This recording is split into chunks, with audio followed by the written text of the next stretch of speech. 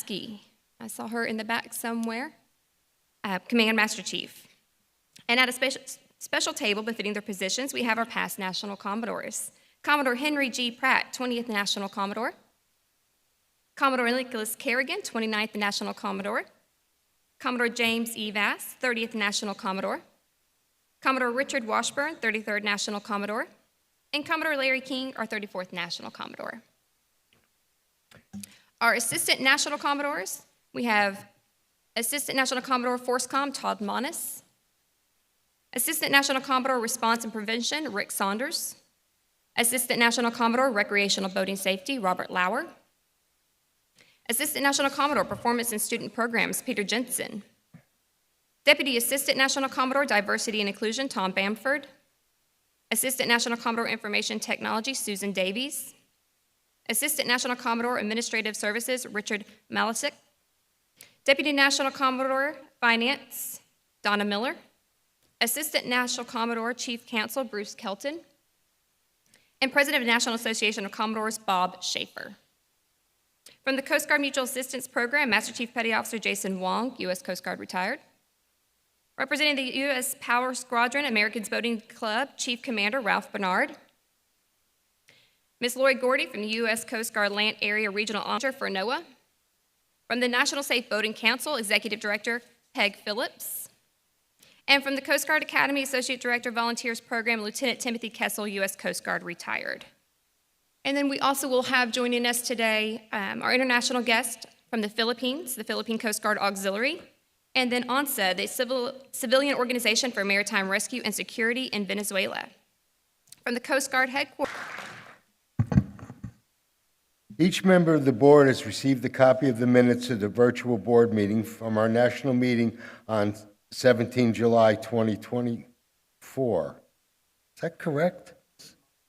Yeah, okay. Make that 17 March 2024. At this time, I would request a motion to waive the reading of those minutes. Motion made by Commodore Scarmato and second by Commodore Holmes. The motion to waive the reading of the minutes from our national meeting, okay, here it is, March 3rd, 2024, has been made and seconded. Is there any discussion?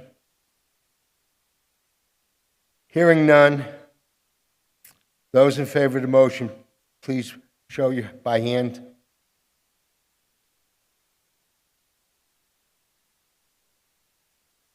It's early.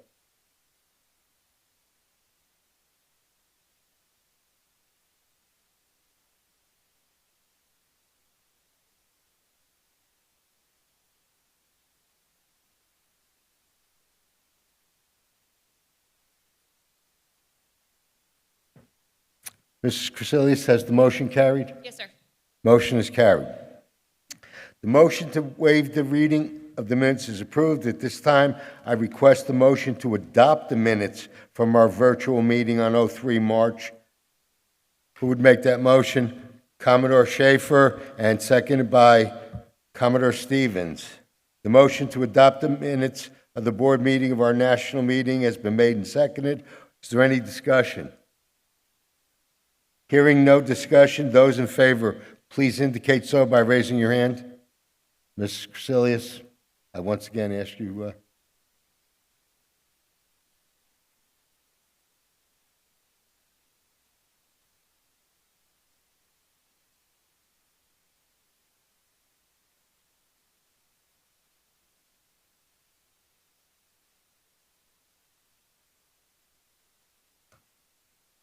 Has the motion carried?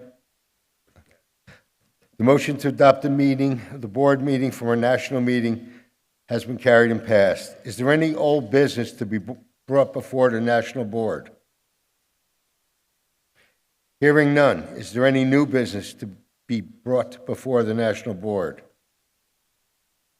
Hearing none, we will now consider the recommendations submitted for your consideration and action by the national board. NACO-elect Commodore Kirkwood will present the recommendations.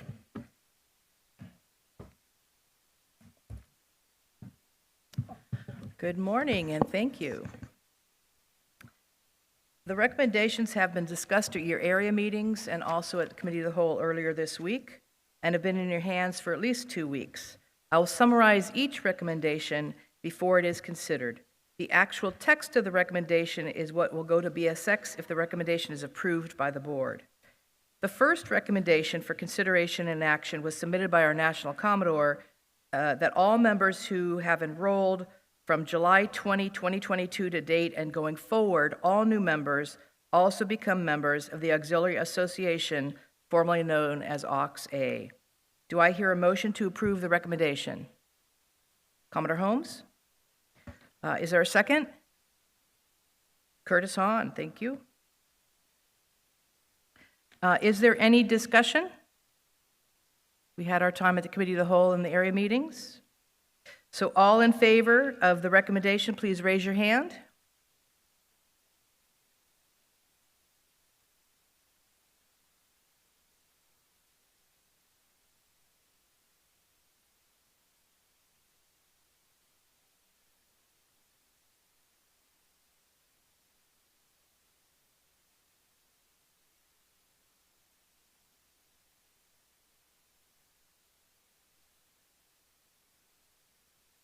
All right, anybody opposed the recommendation, please raise your hand. All right, looks like it was passed.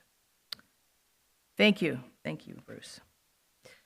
The second recommendation for consideration has been withdrawn. It was submitted by Rick Saunders, a NACO response, and this one was around the ATN, or the AIDS Navigator PQS. The decision after our Committee of the Whole, where some great thoughts were brought up, some great things that we hadn't thought about has been brought up, and they're going to work offline. I expect we'll probably see a similar rendition of this recommendation at NTRAIN in March, so thank you for that. All right, the third recommendation that was before you was also submitted by National Commodore Gus Formato. This recommendation would be for the D Directorate, Diversity and Inclusion, be moved into FORSCOM group to be led by a director with the assistance of a deputy director reporting to the Deputy National Commodore for Mission Support through the ANACO for FORSCOM. Do I hear a motion to approve this recommendation? Kurt Surak? Is there a second? I see over here, Pete. Okay. So a motion has been approved and seconded to move the D Directorate into FORSCOM. Is there any discussion? Good, we already discussed it. All in favor of this recommendation, please raise your hand.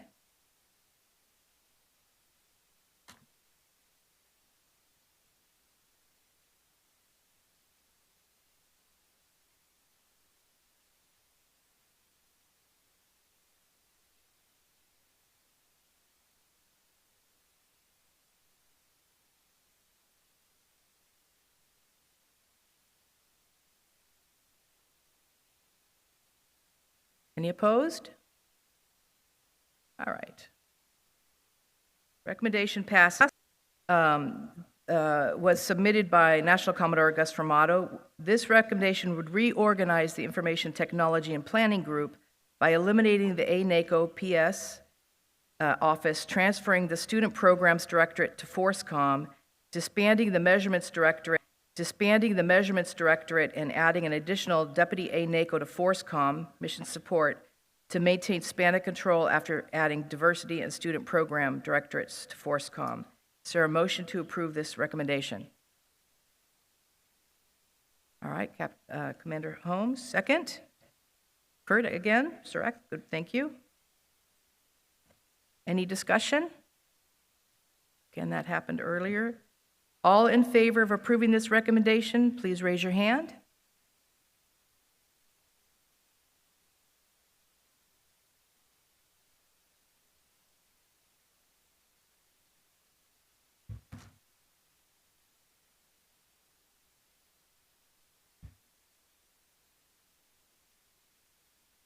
All right, thank you very much. It is now my assumed the duties of U.S. Coast Guard Deputy Commandant for Operations in June of 2022. In this capacity, he is responsible for the development of operational strategy, policy, guidance, and resources that that address national priorities.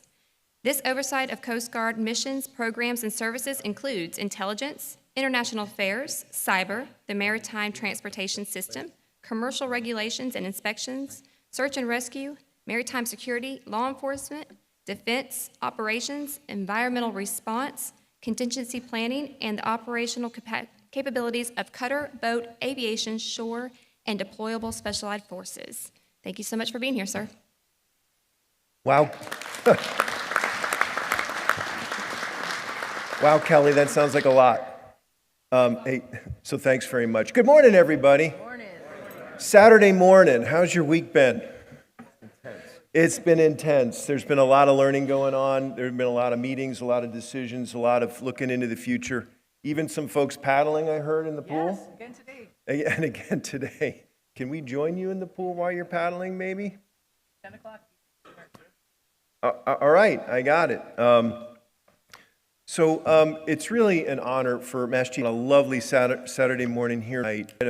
42 years ago, and got me into the U.S. Coast Guard Academy.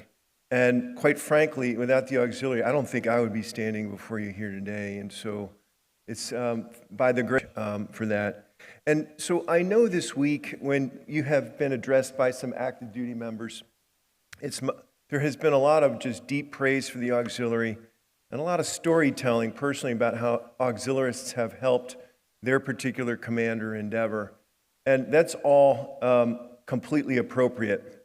But I thought I'd save that portion of my remarks for the Commandant to continue those stories later on at our celebration tonight. So what I thought I'd do instead is talk about Coast Guard operations, because I have the benefit from my perch of really seeing everything that goes on across the globe in terms of how we operate in the Coast Guard, and then how the Coast Guard Auxiliary fits into that.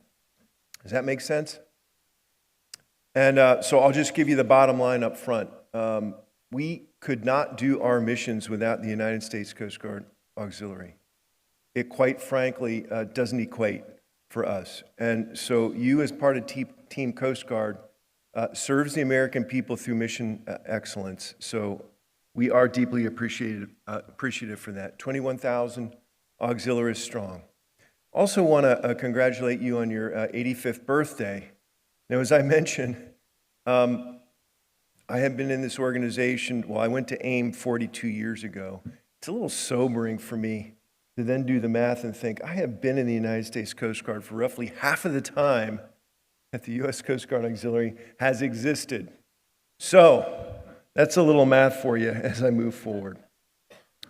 So, as you've heard from the Commandant and others, we are a global Coast Guard, and there's no question about that. And the demands for our services continue to grow through the DoD, through the U.S. interagency, and through our partners and allies, from the White House and from the Congress.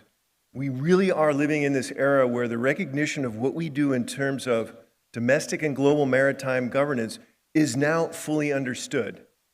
And what that means is they want more. So some examples of that. In this past year, we have continued to do the breakouts with McMurdo Sound with the Coast Guard cutter Polar Star, built in 1976 and still operating strong. The Coast Guard cutter Bertolf and Weishi have concluded Western Pacific patrols under the tactical and operational control of the U.S. Navy 7th Fleet out of Yokosuka, Japan. They have spent 200 days in the Indo-Pacific. And part of that has been some great international engagements with Malaysia, India, Singapore, South Korea, Vietnam, Japan, and the Philippines. And taking our relationships to the next level by moving our bilateral arrangements with these folks to multilateral, where we are actually the catalyst, the United States Coast Guard, for bringing Coast Guards, for example, of Japan and Philippines together, for getting Malaysia, Singapore, and Indonesia together to operate jointly with one another so we can continue in that contested space, lifting global maritime governance. Just yesterday, the Coast Guard cutter Mohawk interdicted 13 Cubans traveling in the Florida Straits, trying to enter into the United States. Our fast response cutter fleet in Patrol Forces Southwest Asia continues the important work of disrupting illicit flows of drugs and weapons parts into the Arabian Peninsula in that area that is increasingly contested, and the conflict is continuing to grow there. We're growing our forces in the Indo-Pacific with a shift, for example, of the Coast Guard cutter Harriet Lane, which was home ported in Lant area, and then early this year moved to a re-home port in Pacific area in Honolulu, and is on patrol in Oceania as we speak. And we're also making plans with support from Congress to home port more fast response cutters in the Indo-Pacific region. Those are just a few examples of how we're operating globally. You in the Coast Guard Auxiliary are very much part of that as you integrate with and as you augment the Coast Guard Active Duty Reserve and civilian forces that help make all this possible. But let's not confuse ourselves that the United States homeland is our preeminent responsibility as we serve the American people in the United States and in our territories. Our missions begin and they end right here at home in the United States. So last year, Coast Guard senior leadership affirmed that our most critical missions are search and rescue, which is really just a commitment that we make with the American people that we will be there to save them when we're in distress, and enabling the availability, the safety, security, and the environmental stewardship of our marine transportation system. Commodore Fermata was part of those conversations with Admiral Fagan, the Vice Commandant, and the 3 stars, and the Master Chief Petty Officer of the Coast Guard as we affirmed the importance of those. Which is why your incredible commitment to recreational boating safety as job number 1 is so important for us, and you absolutely deliver on that. Thanks to your dedication, we've witnessed decreases in accidents and fatalities in the recreational boating public. Last year, the auxiliary, together with Team Coast Guard, reduced boating incidents by 5%, and really, remarkably, fatalities by 11%, double digits. 11%, what that means is that there were 72 fewer deaths in 2023 than there were in 2022. And we know that through your good work that 3/4 of deaths occur on vessels operated by individuals who did not receive boating safety instruction, and the overwhelming majority of those victims who drown were not wearing life jackets. And when you think about it, so families go out on their boats with their friends every day to have a wonderful time, to make lasting and enduring memories with their friends and their families. And we do know that in some incidents, in a flash, that day can turn to tragedy, and it can turn into the worst day in the family's life. But we know statistically, scientifically, that if someone in that boat has been touched by an auxiliarist, whether that be a courtesy Marine exam, whether that be through a boating safety course that that person took, or maybe there's an auxiliary patrol nearby, experiencing tragedy, will be able to go home with those lasting memories and their pictures to celebrate for the rest of their lives. Our work in the MTS is also critically important as maritime commerce generates almost $5 trillion of economic benefit to this nation every single year. That starts at the sector level with their stations, aids and navigation teams, and small cutters. The auxiliary is very much part of that, integrated into all of those operations, whether that be operating aircraft or boat facilities, whether that be on communications support, whether that be marine inspections, integration, or whatever that might mean. This also extends to cybersecurity, and as you know, we're celebrating still the creation of the first auxiliary cybersecurity flotilla out of Fort Meade. Now, what we do in cybersecurity is truly remarkable. For example, as we speak, our Coast Guard cybersecurity protection teams are on board a tanker belonging to a company that was hit by a ransomware attack. And our cyber protection team, which has volunteered to go on board, has been requested to go on board, is examining the networks on board that ship to make sure that those IT compromises don't go over to the operational technology side and impact the operations of those ships. But that said, we do have challenges. For example, the Coast Guard cutter Healy had to come back to Seattle because of a fire on its starboard side transformer, which required it to return back to home port, which is a sign that our fleet is aging. We only have funding for maintenance at about 50% of what we need to maintain the cutter fleet, and that shows as the cutter fleet is aging. And we have workforce shortages. We're still about 10% short on the enlisted side in terms of the number of enlisted members per our top line personal allowance list. So in the fall of last year, we really were compelled to do something called the Force Alignment Initiative, which projected an attitude of we will not work fewer people harder and we will take specific gaps where we need to do that. And as a result, we've reduced the operations of 44 stations and 36 aids and navigation teams. We've laid up 3 210 medium endurance cutters and 7 87-foot cutters. We've reduced staffing at deployable support forces.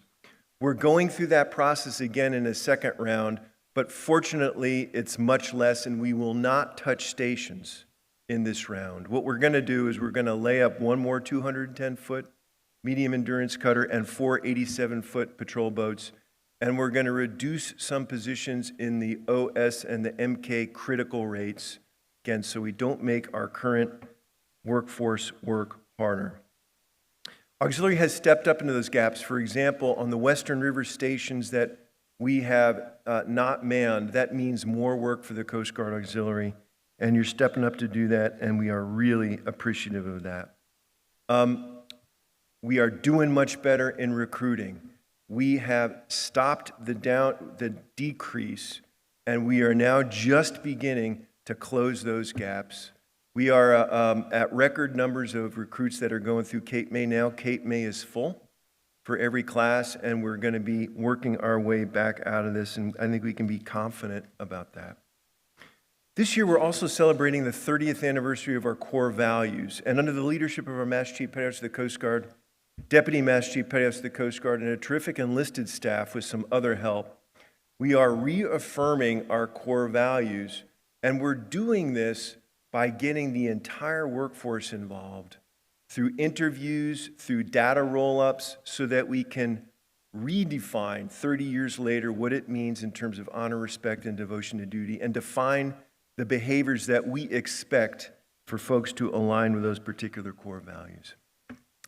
More on that in the Q&A if you would, later on if you would like to hear about that. So let me just wrap up with a thought, and I don't mean to leave us on a sober note, but in my position, I get to attend operations deputies meeting in the Pentagon a couple of times a week, and I can tell you unequivocally that our Department of Defense is preparing for the potential for armed conflict as early as 2027, based on the potential for conflict in the Western Pacific. I think you know what I'm talking about. We too in the Coast Guard need to prepare for that potential contingency. God forbid that it happens. We need to be semper paratus for that. So we have run a series of small exercises that are going to be expanding to determine what we might need to do in the homeland given that contingency. And I've got to tell you, the auxiliary is going to be a really major part of that if we have to do that. And we go back 85 years ago when you were first established. 2 years after establishment, we went from 0 to 50,000 auxiliarists, who then formed the core of the volunteer reserve of the Coast Guard so we could fight and win in World War II. Now, I don't mean to leave on a sobering note, but I think this is something that we need to think about in terms of how we might be postured in order to do that better. So let me conclude by thanking Commodore Formato for his absolutely amazing leadership as his term as Commodore. Gus, we're going to miss you. I've really enjoyed working with you. Commodore Kirkwood, congratulations. We look forward to working with you as well. I'm not allowed to play favorites, but Mary and I go way back on the West Coast. And I don't know what this means, but I guess we're moving from schmears on bagels to maybe avocado toast or something like that. But thank you so much for what you do, and have a great day.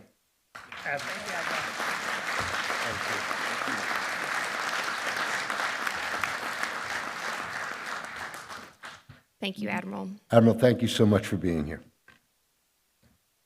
I would now like to introduce Peg Phillips, Executive Director for the National Safe Boating Council.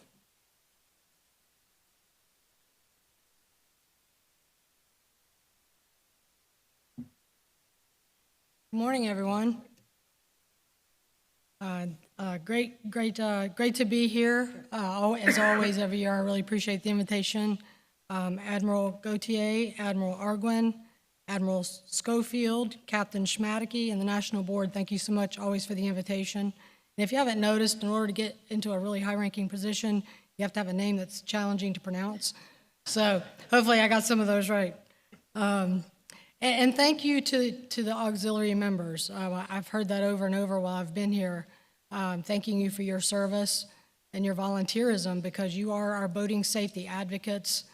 You are the ambassadors that are out there speaking to the boaters. And it's like the Admiral just said, you make all the difference. Maybe you are that one person they're hearing a boating safety message from, some education, some training, and that can make all the difference in what kind of day somebody has out on the water. So at the National Safe Boating Council, we're very grateful to continue to be a grant recipient with the U.S. Coast Guard for decades now, and we appreciate your confidence. Each year, we develop outreach programs which create tons of free resources for you. So, if you don't know about those resources, please go to our website or talk to me while you're here, and I can let you know what those resources are. But what we want to do is normalize boating safety behaviors, not through fear tactics, because I don't think they work. But we want to normalize the behavior, showing what a real boater looks like, the gear that a real boater uses, the required and recommended gear and equipment that a real boater should have. I'm going to give some examples of some of the creative materials that we have. And each year we kind of come up with a theme, working with our grant technical managers with the Coast Guard. And our theme this year is "Aware It for Them." So it kind of hits that emotion for somebody, a real boater who's out on the water, thinking about what their behavior is and how it will affect someone else. So as I go through these, you'll kind of see what that theme is. Here's just some messages, and you can go get all of these, download them from our website, and use them for social media messaging, which is great. Here's a little video that we put together. No sound? Sound's not going to come through, that's all right.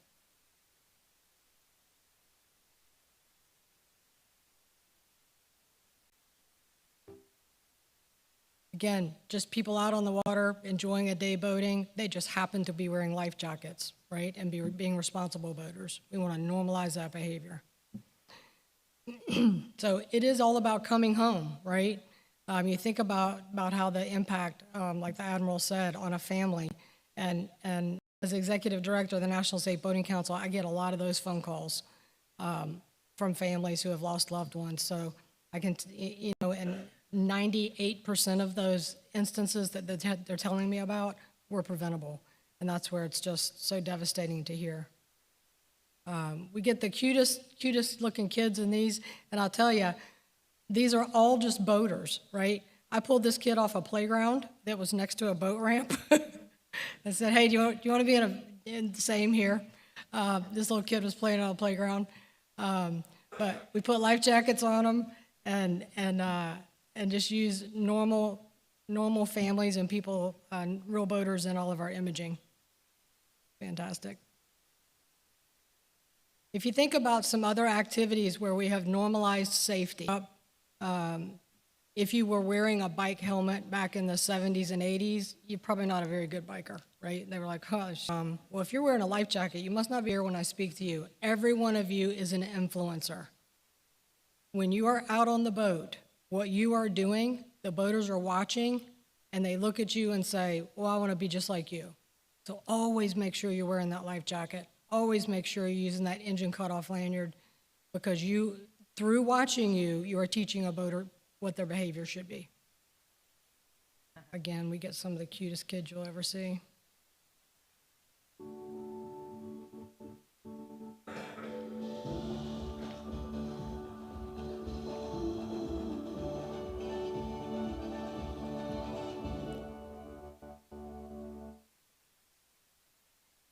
Now, these aren't short only because I have 10 minutes up here. These are short messages to somebody. So in 8 seconds, we have to put a boating safety message out there. That's the challenge of our creative team. You'll notice another thing, and this is across, whether it's videos, images, is the amount of diversity. We want to make sure everybody knows that they can be a boater. Everyone is invited.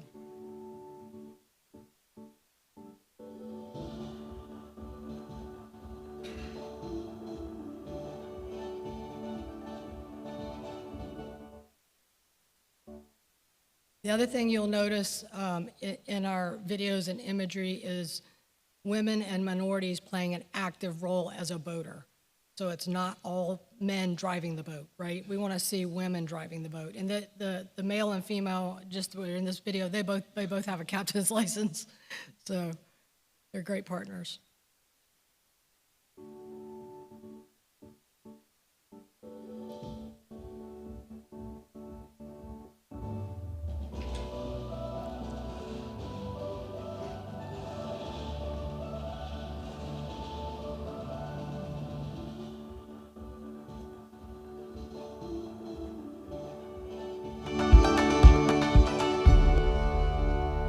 I approached this mother in the playground. I asked her if she and her son would maybe want to be in a video with us, and she said, well, my son's autistic, and he's never been on a boat. He's never had a life jacket on. And she said, but I'm willing to try it. And could you see the smiles on this kid, right? And she said, wow, my kid's a boater. She never knew till that day. Fantastic.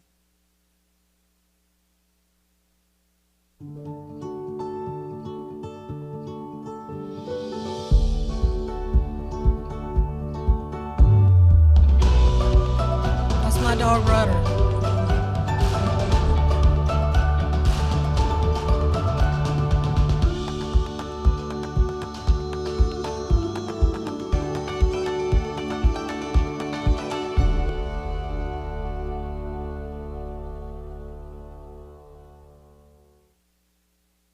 Eight seconds getting that message out there, but that's what we have to do. Is Diane Riggin in the room? Diane. So through our current Coast Guard grant that only runs through September 30th, we have, our resources are always free because they're created with Coast Guard grants, but we have free shipping for you. So that ends September 30th. So please get with Diane. She has the secret codes, and I just need names and addresses and that code, and we'll put the orders in the system for you and get the resources shipped out for you. So please see Diane or me, and we'll get that taken care of. Thank you so much.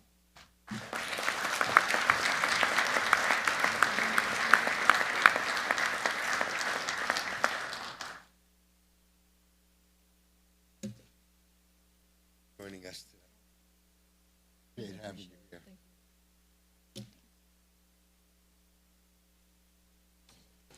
All right. I will now call up James Cortez, Director of the Vessel Examination and Partner Visits Directorate, and Tom Niles, his Deputy Director, to present the Vessel Examination and Program Visitation Awards.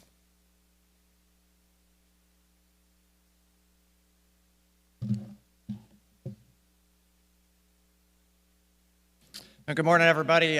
My honor and privilege to get to recognize the top two flotillas in vessel exams and partner visitation for performance in 2023.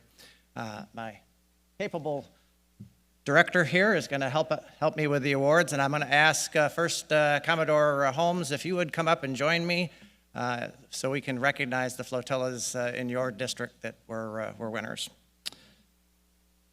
In partnership with the Auxiliary Association, we provide these awards every year to the flotillas that perform the most vessel safety checks and or the most partner visitations in a calendar year. These flotillas complete thousands of vessel safety checks or partner visits during the year. They serve the recreational boating public, encourage them to wear life jackets, and have safety equipment necessary to get back home, as we saw in those videos just now. They provide tens of thousands of brochures to our partners to reach out to even more boaters and make sure that our boaters are safe on the water. So Commodore Holmes, the first place winner for vessel safety examinations in 2023 is Flotilla 1308, Upper Keys, Florida. And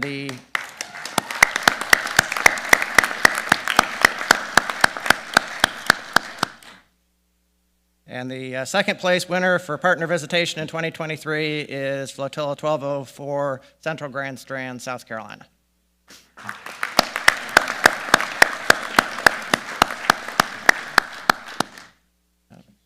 Thank you, sir. Appreciate it. And now if I can ask Commodore West from D1 Southern to come up.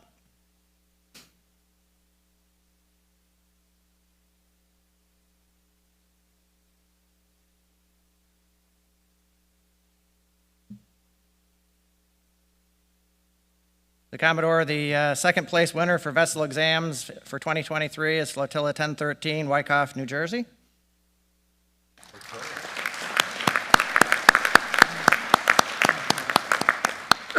And the first place for partner visitation in 2023, also Flotilla 1013, Wyckoff, New Jersey.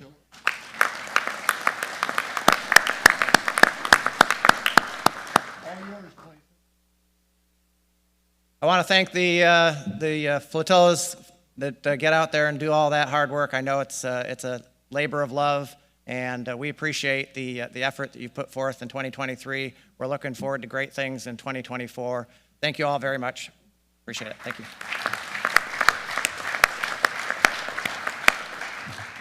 I'd like to congratulate all the award recipients.